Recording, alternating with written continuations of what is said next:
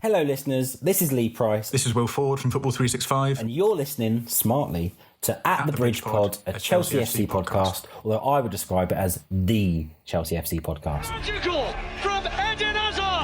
Kai Havertz in the Champions League final. Ivanovic! In the middle, it's just behind him. But it's tapped in by Hakim. Matic with the ball driver. Matic takes the net off. Hat-trick hero.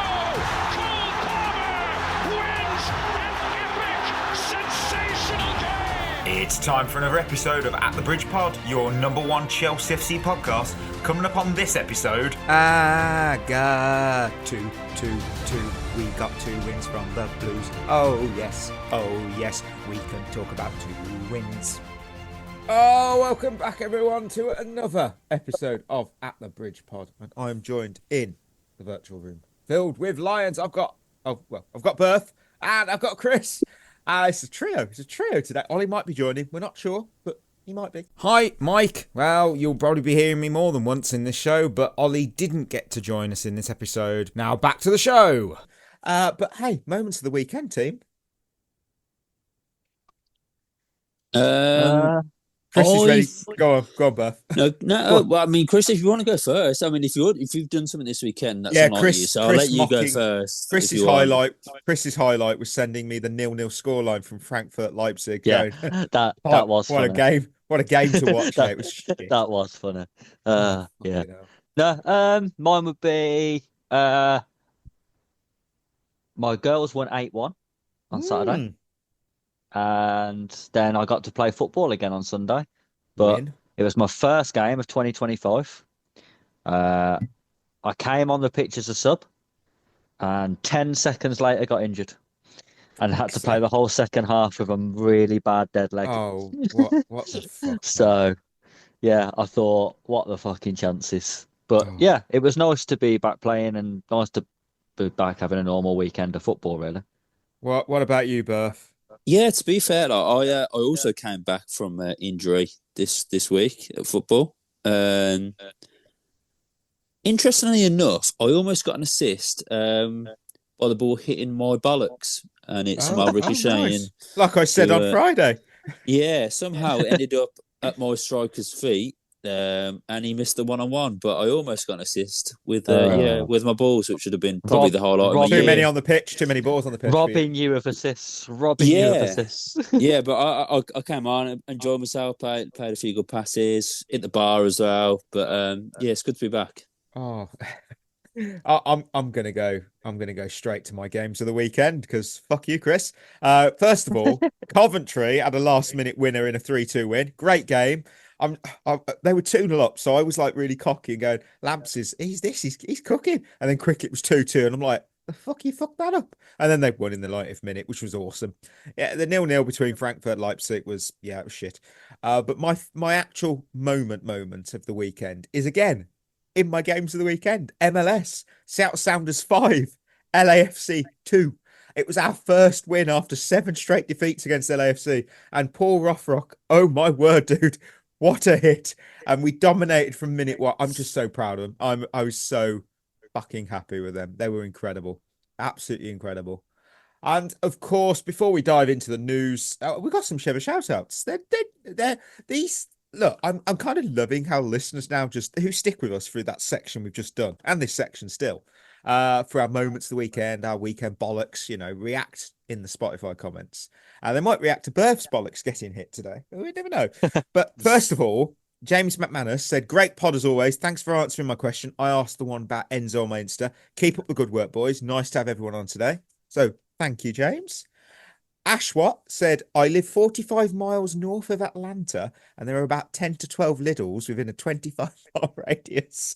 The closest one is 6 miles away from me. I love our listeners doing research. That's what you come here for. And this is what we love. This is another extension to that question. Mm-hmm. I'm glad that there's Lidls across the world, but do they have the Lidl bakery as well? That's the main thing, because that's the best part of Lidl. It really is the best part of Lidl. I wonder how far I'm just checking my local Lidl is Let's have a It look. won't be far, mate, because we have one every 4 miles or so. They just I seem to be know. popping I'm up all trying over the not to. place. I'm not trying when what they call it, dox yourself when you reveal your location. You're like, shit. Where am I? Where am I roughly without revealing everything? 4 minutes away, 1.5 miles. Whoa. Whoa. Yeah, If I want some cobs that are for sale or some bread rolls, I'm going to be all right. And finally, lhouse75.lh. To be fair, this year's Super Bowl was a one-sided affair. I agree. Unless you're hate watching, I was. It was the equivalent to the PSV versus Arsenal match in the first leg. The halftime show became the star because the game was a one-sided affair dominated by one side. Yes, yes, and yes. So, yeah, I tick all those. I agree. Yeah, I hate watched it. Loved every minute. So, thank you. Thank you for your reviews and comments. Do some more, please. We love them. We love them. And, of course, before we head to news, I just want to highlight, of course, the incredible initiative. We've been promoting it all the way for our recent shows. Partners Head in the Game. They've got a free 12-week mental fitness football program aimed at improving both mental and physical well-being for men over 18. The first session kicks off in Dartford on Thursday, 20th March at 7:30 p.m. at Goals Dartford. So check it out. And all the information is on the social and on their website. So with that, we're going to hit some news. Oh, I've hit the wrong button. It would be nice if the soundboard did its job. Our production has got so good over the past 5 years. You'd think this was our first episode, wouldn't you? Yeah, every week. Yeah, you would. Well, the soundboard's clearly not working, which is a pain in the absolute arse. But there was some news there. I did have. I think every week we should do our own noises instead of actual noises. I'm really pissed off at the moment. Hey! I had nothing until I had something, and this is my something. News. Because I thought Chris watches Match of the Day, and I read Match of the Day should show fewer Premier League highlights and more analysis. That was said by the BBC chairman Samir Sarr, and they said that the show should not be built around highlights. And then he added, it should be built around analysis and examination of the match to give viewers a deeper insight. What a load of bollocks! What a load of bollocks! Look, Chris, I don't personally watch Match of the Day. But I completely understand why so many people love it, value it. It is one of the few places where you could get like proper extended highlights that actually give you a feel for how the game played out if you missed it live, rather than obviously Sky Sports' rapid fire clip of goals. Look, those 3-minute highlight packages are great. They're great for me if I want to see goals. They're pretty much useless if I want to know who was the better team. I don't know what you thought of this load of bollocks that I've just had to reveal there. Kind of 50-50 for me, really, because I'd say the problem with Match of the Day recently is there is next to no analysis at all. They do just show you the highlights now, and then they sort of talk about the goal, which is like the most obvious thing ever. And then they just sort of move on to the next game. It feels really rushed now, I think, Match of the Day, where it didn't before. I think it would be better now on like a Sunday morning. Oh, I think it is anyway, isn't it? Like repeat. You remember like goals on Sunday? Loved it. Okay, like mid-morning, like 11 o'clock. Yeah, where they used to be on for like 2 hours, so they talk through a lot. Because I do miss the analysis part of it, and I do think Match of the Day is lacking in that now. But the whole idea of Match of the Day is for people who didn't see the game to see more of the game. So yeah. It kind of makes sense that it's built around highlights. I just don't think it's on for long enough to be able to have good highlights and analysis. That is true. Yeah, that's sorry. There is a reason that's playing. Listener. You will find out in a minute. I just think that Match of the Day has sort of become a bit outdated. I mean, I haven't watched it for 2-3 years, I want to say. But I think it's just not necessarily needed anymore. Yeah, I think for me, I'll just watch YouTube and watch like the highlights of the games there, where it's no analysis, just the goals done in 2 minutes, bang, done. So move on to the next game, which is, to be honest, all I've ever watched Match of the Day for anyway, is to watch the goals. And yeah, fair enough, I listen to them if Chelsea have played well or anything, but I'm not too bothered about missing the punditry. So yeah, I just think it's become a bit outdated. Right. do you want to hear something that Mr. Enzo Maresca said, or shall I leave that for the actual game? It's up to you guys. I don't know if any of you got him as a winner or a loser. That's all I'm teasing.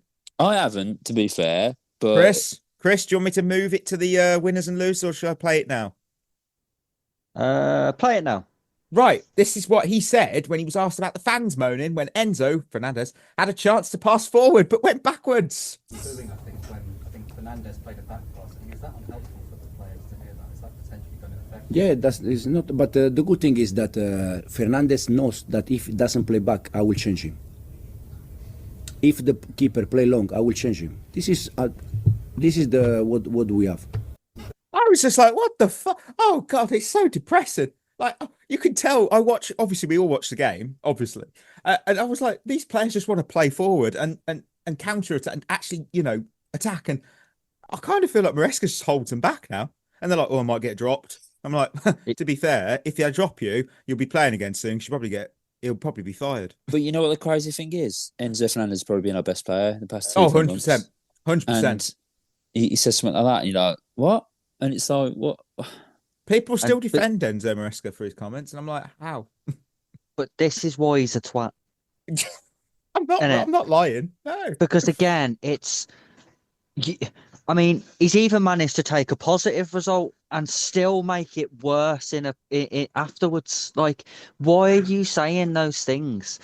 Firstly, he's got to stop saying if players don't do this, then I'll take them off, because you won't. Because you don't take anyone off, mate. You're lucky if you get a sub from you. So you're not taking anyone off, so you can drop that bollocks. No one's scared of you subbing people off because you wait until the 84th minute anyway, mate. So, whatever. But also, it just shows to me that his whole philosophy is so robotic, which is why we're not going to be successful, because players are going to get bored of this really quickly, of being told they have to play a certain way every game. That gets fucking boring if you've got to make the same passes every game. Boring. I also think it's very, very dicey ground to criticize the fans. That there's better ways he could have put that across than that. It's like he knows though. I think this has been accepted now. That I think he knows the fans don't really like him. And I don't think he's trying to build that relationship either. I just honestly think he doesn't care that the fans don't like him. He's really stubborn. Is ultimately what it is. Well, I'm sure we'll talk more about Mr. Maresca, but first we're going to head to Kingsmeadow Corner because Chelsea, they took on Crystal Palace in the FA Cup, and Chelsea went and won 1-0. We're into the semi-finals. What can we say? 1-0 did the job, but positives, negatives. I've got both. But Chris, what do you think? Again, it's just another game in second gear. Yeah. We did more than enough to win the game. I think we had something like 21 shots. Yes, that's correct. Yeah. Only 6 on target or something like that, which isn't a brilliant ratio. Nope. Lauren James popped up with the goal to bail us out of another sort of abject performance again, I would say. I don't know. Something just feels a bit off at the moment. I think all of our attackers, probably aside from James, seem to have gone off form at the same time, which is a concern with the biggest month of the season upon us. Yeah. Like Ramirez is still doing some really nice things, but she's not regularly scoring goals.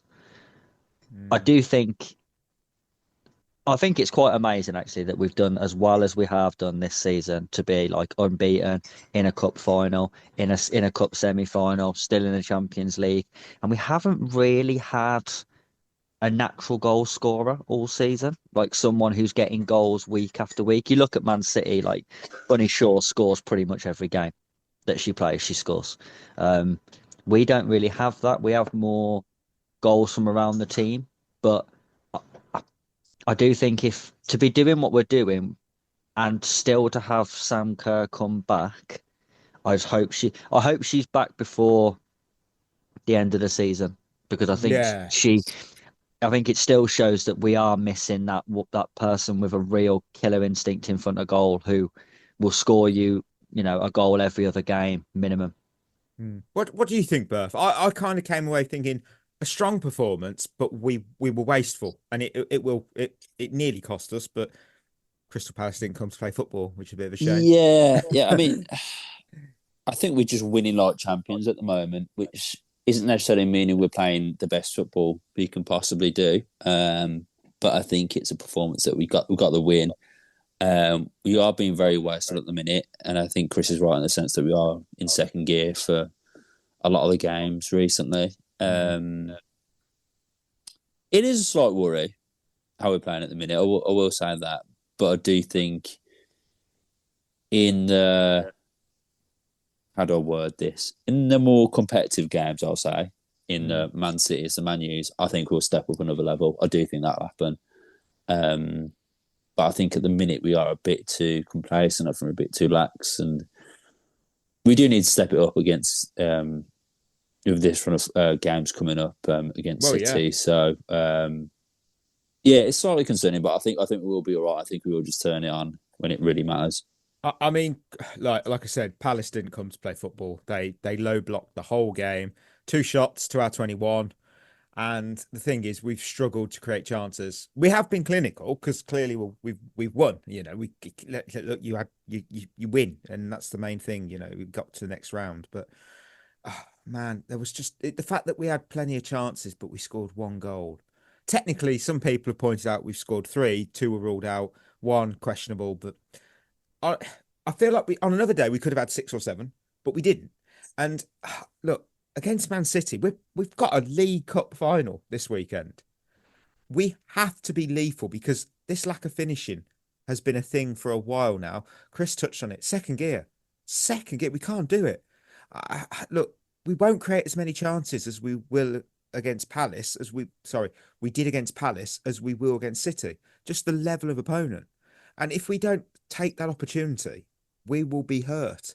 I've seen, obviously, Man City have fired their manager. Great idea before a cup final. It worked for Spurs. I don't get that. I do not get that, sacking a manager before a league cup. I just do not understand it. I'm sorry. I think that's absolutely stupid. He's got he's crazy. I don't know why I've done that. He led that team as a collective. The team and him got to that final together. So he did something right. And I think to just go, you know what, we're going to bring... I think that's just absolutely stupid. I think it's disrespectful as well. But again, I think I think the thing is, and I do think you are right. I think we are creating enough chances to be winning these games comfortably, and we're just not very clinical. But I think we're missing our 2 most clinical players, in my opinion. I think Sam Kerr and Guru Reiten are our 2 most clinical players. You give them chances, they score. And I think that's part of it. Like, Canarid, she's got 1 finish in her locker. The move onto her weaker foot and the curl into the far side. And I think teams have started to cotton on to that as the season's gone on. So that's becoming less successful now. Like I said, Ramirez. I think Ramirez is more of like a second striker. She's not overly clinical in front of goal, but like everything else that she does is really, really good. But again, she's just not quite got that killer instinct, I don't think. Same with Aggie Beaver-Jones. I don't think she's really that sort of striker either. It's Lauren James, again, like, so talented, but I wouldn't call her clinical. I think she needs a lot of shots to score a goal. So I think it is partly down to the fact that it's just down to the personnel that we've got at the moment. The best thing is, though, is that we're finding a way to win still, which is the most important thing. Yeah, 100%. Well, we'll see. We've got, obviously, the next game is Saturday at 12:15, so it's the League Cup final. So fingers crossed we step up, hopefully. So talking of stepping up, we're stepping up to the match report because we're heading to winners and losers because we welcomed Enzo Maresca's former team, Leicester City, to the bridge. Shame it's not his current team. Chelsea fans still aren't sold on Maresca ball. Plenty of possession, not much excitement. And this nervy 1-0 win over free-falling Leicester City won't change that. The pre-match drama? Oh, there was. Reece James, out sick. Cole Palmer, playing with a fever. Maybe that explains why he missed a penalty, hit the ref with a pass, and looked like a man running on fumes. Leicester had all the attacking menace of a deflated beach ball, though. Their best chance came when Sanchez whiffed a punch, Superman style. Tosin hit his own bar, and Vardy nearly pounced. But their lack of threat let Chelsea off the hook, if we're honest. The boos, they crept in, but up stepped Marc Cucurella, once mocked, now a cult hero, smashing home the winner from 20 yards. Maresca demanded more energy from the crowd, then subbed off Palmer with the game still in the balance. Risky, but Leicester never made him pay. Chelsea hold on and move into the top 4. Next up, Arsenal away. Either a tactical masterclass or a complete mauling is incoming. Oh, Chelsea won. Leicester 0. Just the one. Winners and losers. How many have we got and who have we got? I'll tell you what, it was another cracking game, wasn't it? Jeez. Edge of the seat stuff. You had a nap, didn't you? You fell asleep. I actually did nearly fall asleep. Oh, just boring, wasn't it? I've got 3 and 3, though. I've got 3 and 3 as well. I've got 3 and 3, but my first 2 losers are together for a reason, so that's 2. It's 2. You know what? I'm excited to lead because I get to go and say Moises Caicedo versus Leicester City. 10 out of 11 ground duels won. 1 of 1 aerial duels won. 4 tackles made. 3 interceptions, dribble passes 0 times. 2 of 2 successful dribbles completed. 1 key pass. 93% pass accuracy and no yellow cards. Oh, Moises. He dominated. He didn't get booked. That's what was important. Can't afford to lose him for 2 games. And he had to be one of my first winners because he just deserved it. He deserved it. I don't know if you had him. I didn't, to be fair. I didn't either. Wow. I mean, those stats, he's, it doesn't matter the quality of the opposition. He was so good. And I think I have to give him his flowers. He was so good. And we would be. Can you imagine if we didn't have him? Because he does that dirty work. We'd be screwed. We'd be screwed. He's unreal. We without him doing the dirty work. It's like that's the thing. When you've got one of those players, we've been blessed to have almost. I'd always say like 3. Like every decade, we had Makaleli in the noughties. We then had in the 2010s. We had obviously the back end of the 2010s, but we had Kante, and now we've got Caicedo. We're just very lucky when we pick a defensive. SEN as well. Of course, SEN. There you go. I mean, we're very lucky. We are very. We do seem to have a pretty good hit rate with those sort of midfielders. Matic, just remembered Matic. How silly of me to forget him as well. But we're very lucky. We're very lucky. Chris, who's your first winner? Who is it?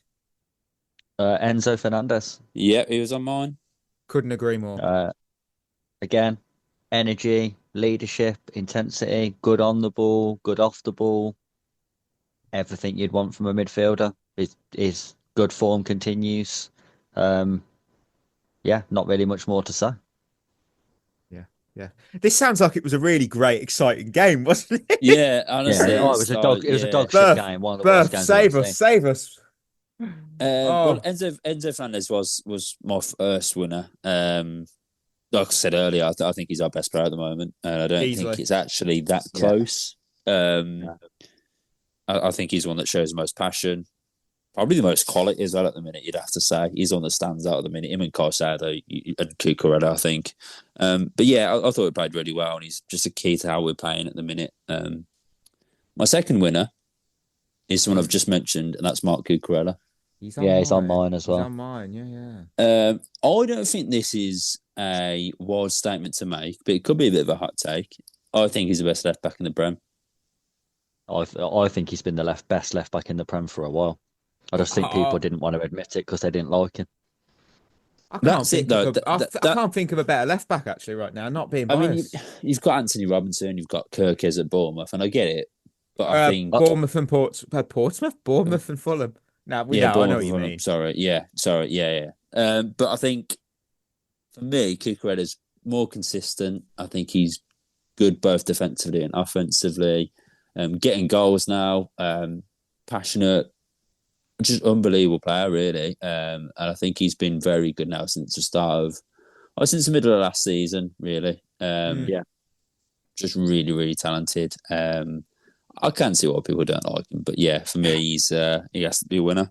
You know what? I have Cucurella on my list because I once heard that Roberto Carlos rushed home from school just to watch Cucurella play for Barcelona.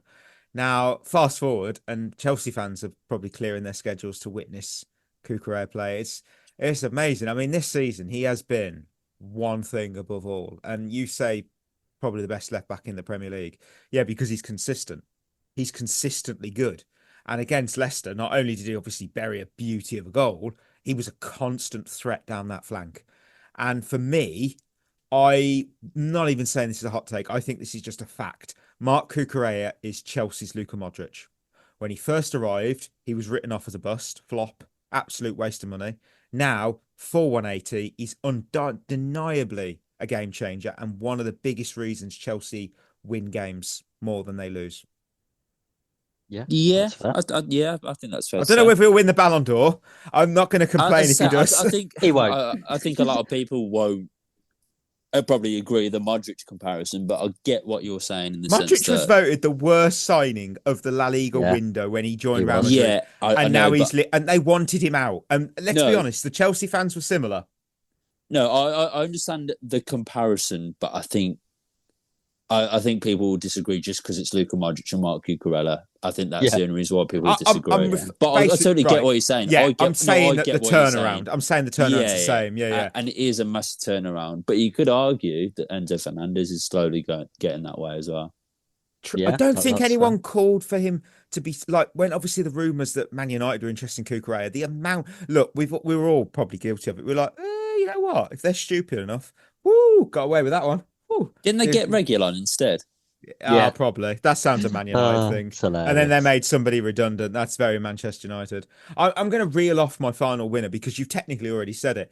Passion, because Enzo Fernandez, Pedro Neto, Moises Caicedo, Marc Cucurella, they just displayed true passion like a lion would in that game. And I was absolutely in love with that.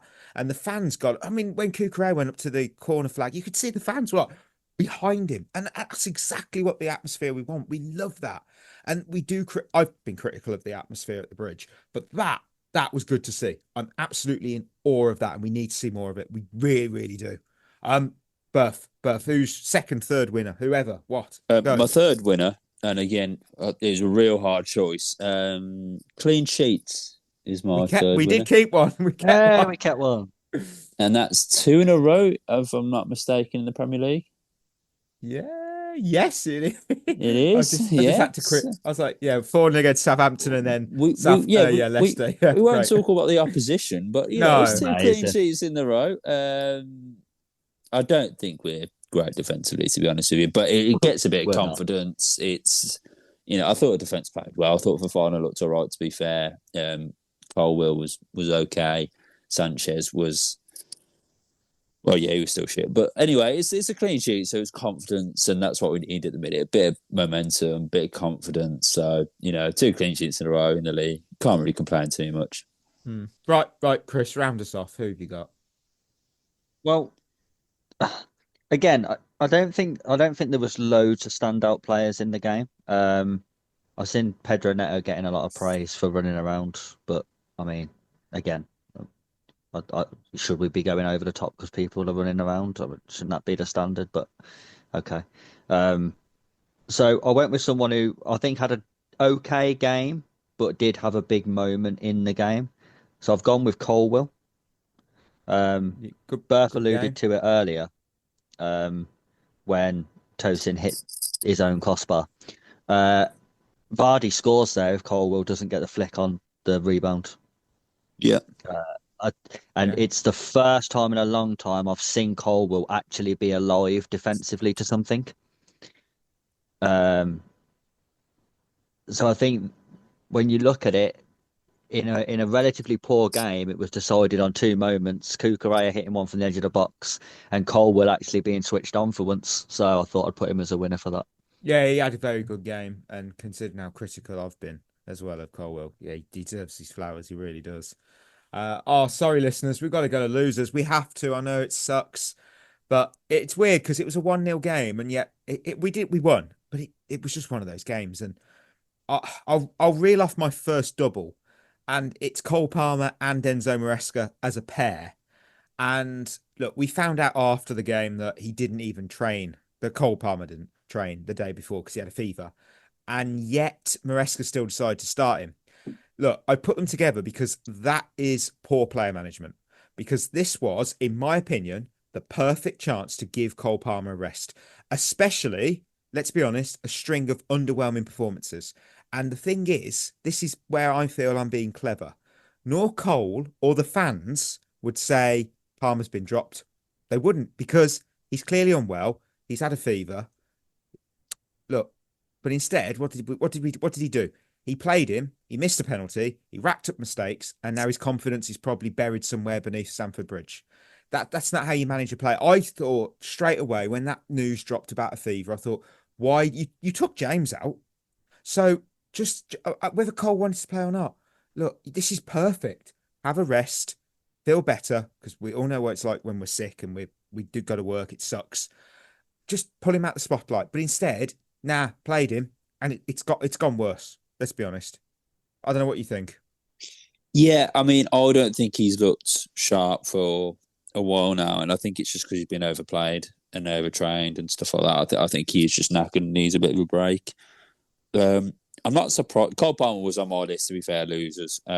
He's on mine as well. But that's not because, look, if he was sick, then I think, Chris, me and you both know, like, it's hard when you've got like the flu or cold and you're playing a football game.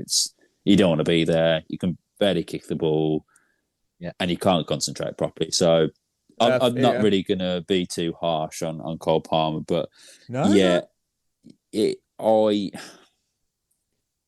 he'd have scored that penalty, I'm sure his confidence would have been straight back cut. But now it's like it's 10 times worse. Now we might actually have a bit of not a problem, because I'm sure he will come out at the end of it, but he needs a goal very, very quickly now. It was simple. Cole Palmer, he had it was a fever, you can't sweat out. And diarrhea. Oh, good God. That's awful. Like, it's one of them games where, he said he wants to play and help the team. But you should have benched him, and it's better if you do. I 100% agree with that. I'm going to play devil's advocate here as well. And I'm going to say Maresca, I think, after the game, has almost said that to protect Palmer in terms of his performance wasn't good because he was ill.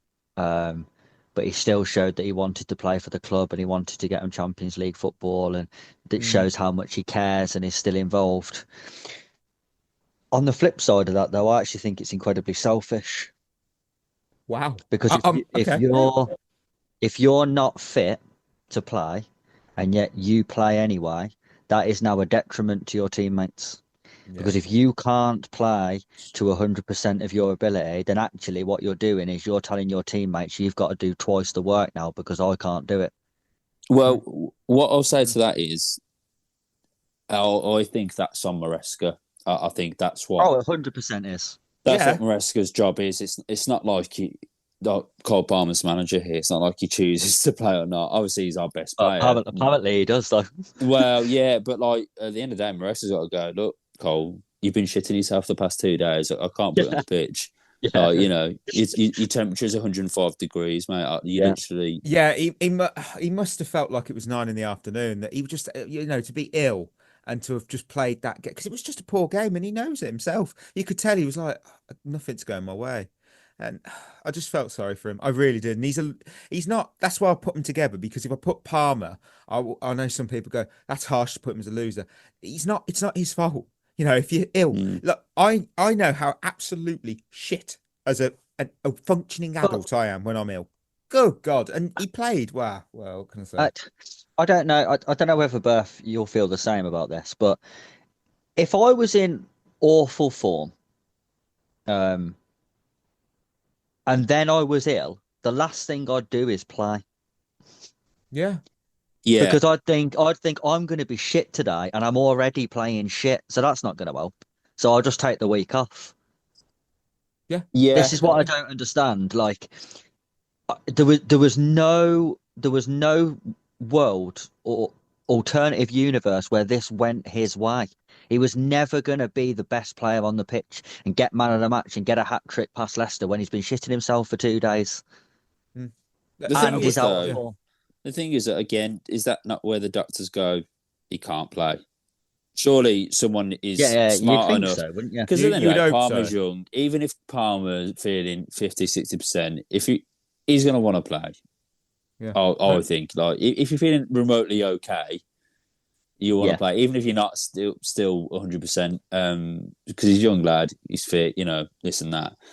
The doctors, Maresca has got to go. We can't play him. We just can't play him. This isn't smart to play him. Because if he'd made himself worse, because Chris, if me and you both played when we've been sick and had a cough or whatever, I would feel worse 2-3 days after. Oh yeah, awful. So if that made him worse and he's out of the Arsenal game or midweek game that we could have potentially had, Copenhagen, for instance, then what? Like, it could be a massive game. So it's just, I actually think it's stupidity and naivety from the manager and the doctors, really. But yeah. Yeah, I fully agree. Chris, I want to know your second loser. Sorry, listener, I might be prepped for this. Go on. It's Enzo Maresca. Oh. Honestly, I think he's up there for the worst manager we've ever had. Wow. Overreaction, do you think? His football is mind-numbingly boring. Correct. That's true. There isn't a single neutral football fan who would watch a Chelsea game because we're that boring to watch.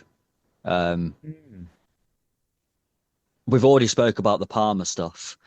The massive celebration at the end. We've just beat Leicester, who are at best a top 4 championship team. 1-0 at home, thanks to a Marc Cucurella speculative shot from the edge of the box, and he's celebrating like we've just won the FA Cup. The decisions, I mean, oh my God, 1-0 up against Leicester, who are 19th in the league and have lost 12 of their last 13 games, and he's bringing on an extra defender to see the game out. Fuck me. Jesus Christ. Honestly, how we are 4th, I literally have no idea, because I've seen a lot of people online saying, well, we're 4th, the table doesn't lie, you must be doing something right. And they are. And do you know what? That statement, the table doesn't lie, is only true in May. After game week 38, the table doesn't lie. Where you are after game week 38, I think it is 99% of the time a true reflection of your season and of your team, where you finish. The table lies all the time during the season. Do you remember that year when Hull was 4th on Boxing Day and then nearly got relegated? Wow. The table lied on Boxing Day, didn't it? The table on Boxing Day was a lie. They were shit. So that was that a Giovanni year? Yeah, I think so, yeah. Oh, what a year. This whole thing of, well, we're 4th, so we must be really good. No, because everyone can see that we are not going to get sustainable wins playing the way that we are. Beating Leicester changes absolutely nothing. The performance was absolutely woeful. Not a single person inside the ground liked watching it, and not a single person outside the ground liked watching it either. And when you are only beating teams who are in the relegation zone, well, guess what happens? Eventually, you stop playing those teams because you only play them twice. And of our next 4 games, it's only Ipswich that you look at and think we'll win that. All the rest you look at and think we'll probably lose them. So by the end of that 4-game run, we could be 9th because the table's that close. But then those people won't be saying that all the table doesn't lie. They'll be going, oh, no, it's because of this and because of that. No, we're shit. We are actually shit. We are a terrible team who are somehow, by some weird twist of fate, 4th in the league. That's literally all it is. And it's got literally nothing to do with Maresca, because individual players are saving him time and time again. He's a dreadful manager who needs to go back to the Championship. I mean, so Chris, just a question: do you like Maresca or? I'm not his biggest fan, Berth. Not the biggest fan. Look, this is gospel. I mean, the possession-based football is very boring, and that's the problem. That's why I'm going to, it's like, oh, you weren't saying. I've had people say to us on all social, you weren't saying this when we were winning. We were boring still. We just, we were just very maybe more clinical. Will we be better with Lavia? I don't Better think. with Jackson, I don't think. maybe. Yeah. I don't think during that run when we won the 5 games in a row, almost everybody at some point said, "Oh, we're playing very similar to how we did under Poch last season." It wasn't Yes. possession-based football. That's why. The reason why we looked better then is because we wasn't playing possession football. We was playing exactly the way Poch set us up last season. Very quick, vertical counter-attacks, which everyone enjoyed. And then Maresca went, right, I need to stop that. We need to go back to playing possession football because that's why I like Clown. Yeah, it's what worries me is the fact that you hear about players, use your eyesight. I use the eyesight test because it's better than stats. And my eyes saw players wanting to go forward, but then it was like they remembered he don't want that. I might get dropped. I'm like, it's the kind of thing where this is a really ridiculous take. I could say we'll sack him today, replace him with any manager who's like, have fun, guys, and I think we'd win more games. Not because the manager. If we brought back Di Matteo, I know it sounds wild, and Di Matteo did no coaching whatsoever, and he just said, "Guys, just play how you want. Just attack if you wish." I think we'd win more games, and that's so stupid and wild to say it, but I genuinely think we'd win more games. Yeah, Berth. You can comment and give us your second. Well, my second, funnily enough, is actually positivity. Because let's face it, there isn't much, and you kind of can't disagree. It's such a mad comparison to like 3-4 months ago, because we started off so well, and all of a sudden, Maresca's not helping himself. The fans are bored. The energy in the stadium's not great. Players are out of form. We miss Jackson, and it's just who's not good enough, by the way, according to most of the fan base. Remember. It is a good job we are 4th and in round of 16 of European competition, because otherwise, geez, it would be bad. Real bad. Yeah. But what positives are there really of them? We've won a few games recently, which we should be winning. I'm glad you've brought that. I'm glad you brought that up because maybe it is just me, because I do have a reputation for being quite negative. I don't know if you know.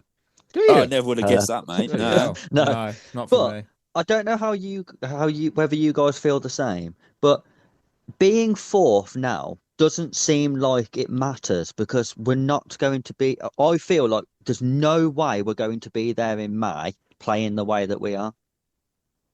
Yeah, I'm like I said, when the only thing on that run that people keep referring to that made me go, "Oh," was my prediction when I put us like 7th. And now it's like, I was convinced we were going to suck, but this run's like, But the thing is, we have reverted back to the norm. And like you said, we did play more like Poch than Maresca ball. And it lines up too much with Leicester last season in the Championship when they got found out. It does worry me. That's why, because, I want us to win. I want us to be top 4. I want us to play Champions League. I want us to have experienced players on the pitch. Yeah. Yeah. Oh, you know what? I'll do my third loser. Because I've got Christopher Nkunku, and some might ask, why is Nkunku a loser when he didn't play? That's exactly the point. He played. I've double checked 89 minutes, and you wouldn't have noticed. He was mentally checked out. He offered minimal effort. He offered no urgency. There was no fire, no passion. His performance screamed self-preservation over team contribution, and to me, he looked like he'd already eyed a summer move. Now, for me, okay, look, if you're going to leave, and I understand that. I do understand that from a personal point. But you did yourself no favours, because any scouts that were watching would have every right to ask, why invest in a player who drifts through games like that? This is critical for your future now. If you're going to leave, awesome, and I wish you all the best. But you've got to put something in, because why would Bayern go and buy you? You've got nothing to show. Well, I completely understand your point, and I do think Nkunku was shit. I do think he's being made a bit of a scapegoat now, and I think our fans do this. I think we pick a player, and they're the ones who get dug out every game. So last year, there was a section of fan base that did it with Gallagher. Whenever we didn't win, it was because Gallagher wasn't good enough on the ball. He's not good enough technically. And then at the start of the season, it was Robert Sanchez. Whenever we lost a game, it was Robert Sanchez. We could lose to a wonder strike that no keeper in the world would save, and everyone would go, "Oh, it's Sanchez." I mean, most then of it the was time it was Sanchez, though, to be yeah, fair. yeah. That's probably the fairest one. But there was still times, weren't there, where people was calling him out when actually the goal was nothing to do with him. Then it was Nicholas Jackson. You know, we'd lose a game. Jackson would miss one chance in that game, and everyone would go, "I'll say Jackson's the reason why we've lost." Now he's not here. Everyone's gone, "Oh fuck! Well, we need a new guy. Who can we pin all our problems on now?" And Nkunku's that guy. Nkunku in this game was shit, but he was no shitter than any of our other attackers. But he's the one who seems to be getting called out a lot, and I don't think he's any. None of our attackers are on form. That only points to one person for me, but you know, Neto, I think he's got away with it in this game because he did run around. He put a lot of effort in, but he had no impact on the game. On the ball, he did nothing positive. He put in one cross in the first half, and that was it. So I just think if you keep scapegoating a player, you don't actually look at the real problems. It's all just, well, if we took in Nkunku out and put someone else in, we'd be all right. We wouldn't, because that player would be shit as well. Beth, who's your final loser? My final loser is Leicester, because they are shit. Marc, aren't they? They are. Southampton, rightly so, are awful and will go down as one of the worst teams in Premier League history. Leicester are not that far behind them. They should have fought hard to keep the manager. I keep saying this. Why they got rid of Steve Cooper? Totally not selfish, you know. Honestly, getting Van Nistelrooy in was such a knee-jerk reaction to Van Nistelrooy winning the game for Man U. It was. Honestly, it was a name. That they honestly would have done better getting in Frank Lampard, and I will stand by that. Yeah. You're not wrong. Couldn't have done any worse. But they're just awful. They're just absolutely awful. And I think that's down to like Van Nistelrooy coming in, changing Steve Cooper. I don't think they'd have stayed up with Cooper, but I think they're just. Well, Leicester are having a casual affair in the Premier League because they're going to be down in the Championship again, and they'll probably EFL are looking forward to that because they're like a vampire, because they're going to be like, oh, PSR breach, oh, yeah, you know they will. Chris, who's your final one? I've got attackers and attacking play. Yeah, that's fair, because our attackers are doing nothing. As a collective, like there are times where we have been playing really well and all our attackers have been playing well, and then Jackson would have a shit game where he'd miss 3 chances and you'd think, oh come on, you've let us down today. But we haven't got a single attacker on form. Cole Palmer, Sancho, Neto, and Nkunku, they're all off form, every single one of them. And our attacking play is so slow that I think you could get a decent level Sunday League team and they wouldn't concede that many goals against them. Oh, no. Because we don't move the ball. It's so slow. We do. There's no one making runs in behind. There's no inventiveness on our passes. Enzo Fernandez is the only one who looks like he might unlock a defence. Everyone else is just, we'll just play back across the front of them, and then we'll whack across into the box to Pedro Neto, who's 5'4". Oh, what? The 3 centre halves have headed it away. That's a shocker. There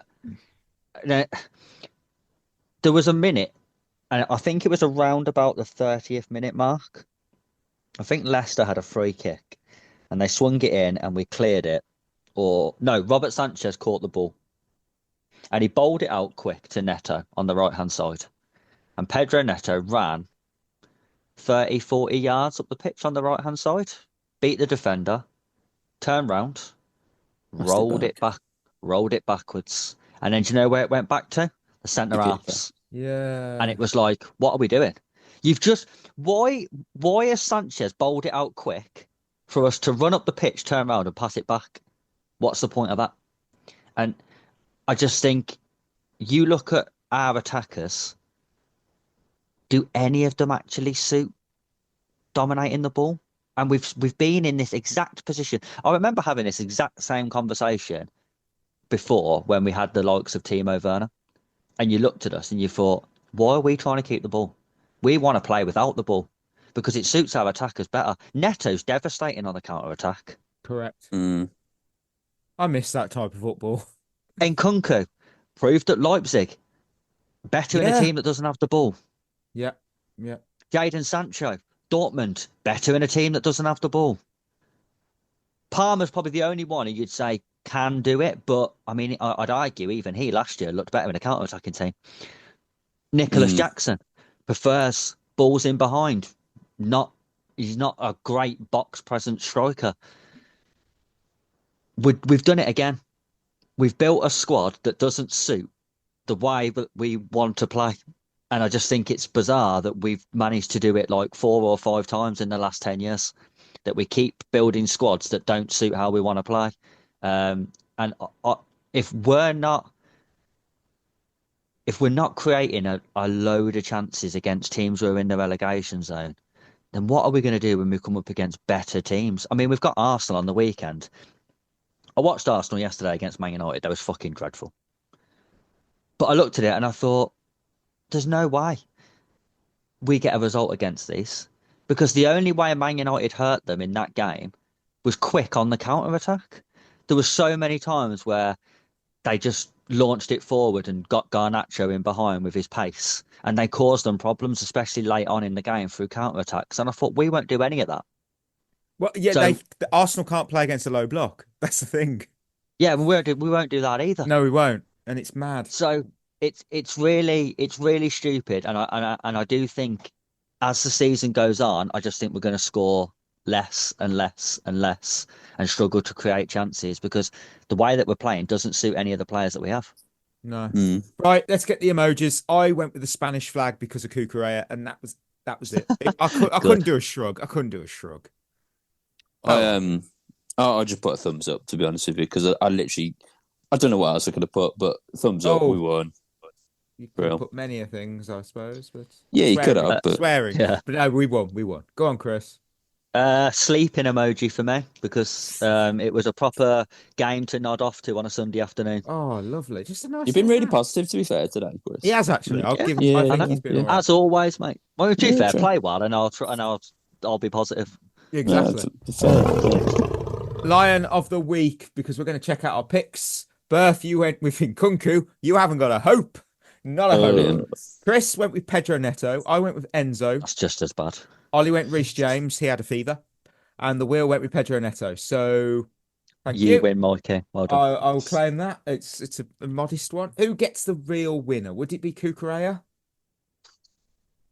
Or is it? It's tough between him, Enzo, and Caicedo for me. Because Enzo Fernandez... I'd give it Cucurella because he won the game. Without Cucurella, we don't win the game. Yeah, that's fair. Enzo's so close to getting 4 in a row. Right, well, got a match preview, haven't we? Because Chelsea ahead. We're welcoming to the bridge FC Copenhagen in the Conference League again. And if you watch, if you listen to the last episode, you already know the preview. Look, they're not top of the Super League anymore because they drew again and they're second, but they go into that strange 6x6 playoff format. So yeah, whatever. We already know the Conference League form. Their most recent game, they lost to us. So yeah. You already know the players to watch. Watch them. Who are we picking? Who are we picking for the home game? Look, what am I meant to add to that? What are we doing? What are we doing? Yeah, it's not a real game, is it? Well, it is. We kind of need to win it because otherwise we're not going to get in the Europa League. No, Chris said it's not a real game. It's not a real game. No. Whoa. Let's use the sound drop, please. It's not a real game. Whoa. Oh, I'm not going to lie. I actually thought that was a sound drop at first. No real game. It's blew my mind. I will go for... Neto. Not a bad Actually, shout. no. Tariq George. I'm going Tariq George. Oh, I like that a lot. Who might score from long range to bail Maresca out this game? Dewsbury Hall. I don't want to see that man play football. I reckon. I reckon someone who's due a long range goal, Caicedo. Fuck. Not a bad shout. I'm just looking at the players that we will probably have. I can't go Palmer because I think he's still going to be ill. I know what I was like. Fucking hell. It's not very good. I don't like. I wonder if Lavia will play. Doubt it, mate. He doesn't play football. Well, he's been injured. Madueke's still out injured. He is, isn't he? Yeah. Oh, bloody hell.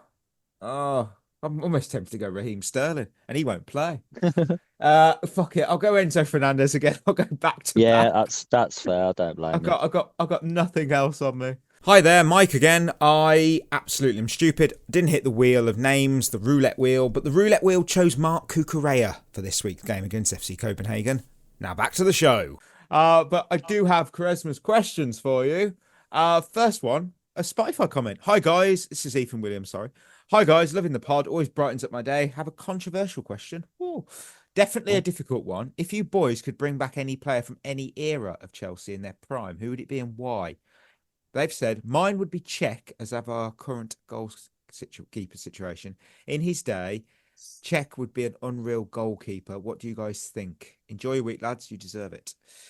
I think Cech can't play without his feet. So we saw that at Arsenal. He can't play that football. He'd still shot stop, but he can't play with his feet, and Maresca would destroy him. That's what still walk into our team, mate. Yeah, he would still walk into our current team. If the question is who would we bring back from any era to actually help this current squad, yeah, I'm still going Eden Hazard just because the bloke can win games on his own. I think I'd go Hazard as well. I would go Hazard. However, I'm thinking we need leadership, so I'd go John Terry. Not a bad shout either, to be fair. Let's face it, we could do with bringing 11 back. That might be weird. That might be better. Just bring the 2011-12 Champions League team back. Come on, Torres. He's put some muscle on. I'd be tempted to bring Drogba back now. Yeah. He could do a job. I don't know how old he is, but he could do a job. How old's Drogba now? He's definitely a bit older than when he retired. And I tell you what. To be fair, he's 40. He's 47 tomorrow, the 11th of March. Well, there we go. Get him in. Get him in. Could still do a birthday gift. Come on. One last dance. Get it on Netflix. I love it. Right. Questions. Rubicon said, "Is Cucurella the best left back in the world at the moment?" Oh, in the world. Ooh, in the world. I'm trying to think of world class left backs at the minute. Alphonso Davies, but he's not been. He don't really play though that much, to be honest. No, he's been pretty shit, to be fair. Teo Hernandez at AC Milan's decent, but they have been awful this season. He's going to win a Fallon d'Or. He's definitely going to win a Fallon d'Or from what I've seen. Mendy at Real Madrid. Okay, I'm not convinced that Mendy's that much better than Cucurella. Have you seen what we just did? We can't actually say yes categorically a player is better than him. So in a way, by default, no, I think he probably is. Yeah, he's definitely top three. I think. Although, hold on, we are forgetting that Arsenal have 4 left backs who are all the best left back in the world. Oh well, we're cooked. Jack, are we the most boring side in the Premier League? Yes, Jack. Yes, we are. Yes. Of course, I'll tell you the 2 worst teams to watch in the Premier League are at the minute Chelsea and Man City. Yeah. And Arsenal. Yes. And that sums up football for you. Arsenal, Man City, Chelsea, top 3 worst sides to watch, and all 3 of them. Well, Arteta, Maresca, products of Guardiola's style. Yeah. Do you know what? That is absolutely bang on. That is a bloody good shout. That is a good shout. JMC09, start, bench, sell, Caicedo, Enzo, or Lavia. Well, you can't sell a player to a hospital. Yeah, but you would have to sell Lavia at the minute. Yeah, there is only one right answer there, isn't there? Yeah, sell him. Caicedo. You'd start Caicedo still. You'd bench Enzo and you'd sell Lavia because I guess that he's answers, not a footballer. I guess that answers JMC's next question when they put at the moment who is more important, Caicedo or Enzo. We'll find out if Caicedo gets a booking. That's what's the scary thing. Do you know? I still think I think Enzo's our best player on form at the moment, but I still think Caicedo's more important because of the job that he does. Yeah, 100%. I'm going to force this one in. I wasn't going to add another question, but I think this is just too good to not say it. Vic Ferreira, is Enzo Maresca's tactics the cause of Cole Palmer's poor run of form? Yes. Yeah. He's making him drop deeper. He's in the number 10 role. He doesn't look comfortable there. He's killed his creativity. He's not allowed to do stuff. Yeah.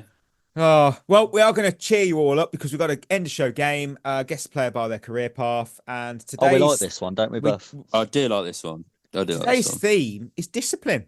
Discipline. Every player today is in the top 10 most booked players in the Premier League. So they had a lack of discipline. And this first player started their career at Manchester United before moving to Crewe Alexandra. And then they made a move to Leicester City before a move to Birmingham City. Is it Robbie got Savage? I know it. Yes, it is. And he went then to Blackburn, Derby County, Brighton on loan. Don't remember that. And finished his career at Stockport Town. So many players have played for Brighton who just no one remembers playing for Brighton. I don't remember that ever. Gyökeres, Victor Gyökeres. I was like, did he? Did he? I remember that. So weird. I bet they'd take him now. Yeah, they would. Jesse Lingard played for Brighton, didn't he?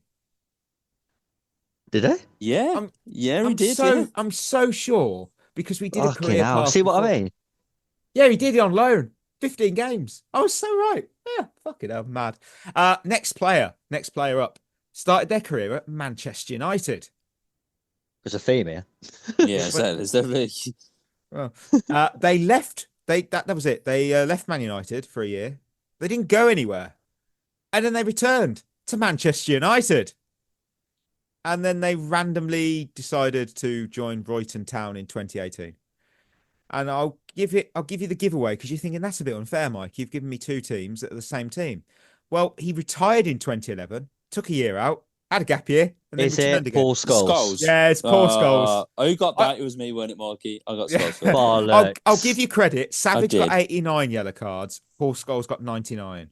Right, next player, final player, started their career at Watford before moving to Aston Villa. And then they moved to the team that's in the theme today, Manchester United, before going to Italy to play for Inter Milan. Ashley Young. It is indeed. 94 yellow shot. Cards. More than Savage, less than Scholes. There we go. Quick little end of the show game. Listeners, we're at the end of the episode. And of course, thank you for tuning in. Proud to remind you, of course, our partnership with Head in the Game, mental health charity using football to support wellbeing and the community. Check them out, headinthegame.co.uk. Treat yourself well because we're going to be back on Friday because we're doing winners and losers all over again from FC Copenhagen and Chelsea. And then, who? I saw ChatGPT had done all the results, and we play Betis in the final, and we lose 2-1, and Anthony scores. I was like, ChatGPT, AI hates us. Surely not. Surely not. Can you imagine that the memes would be unreal if that happened? Well, let's hope it doesn't happen. So, with that, listener, that'll be us signing off. You've been listening to At The Bridge Pod, a Chelsea FC podcast. Follow us on Twitter and Instagram by searching for At The Bridge Pod. And if you're listening on Apple or Spotify, leaving us a review is always appreciated.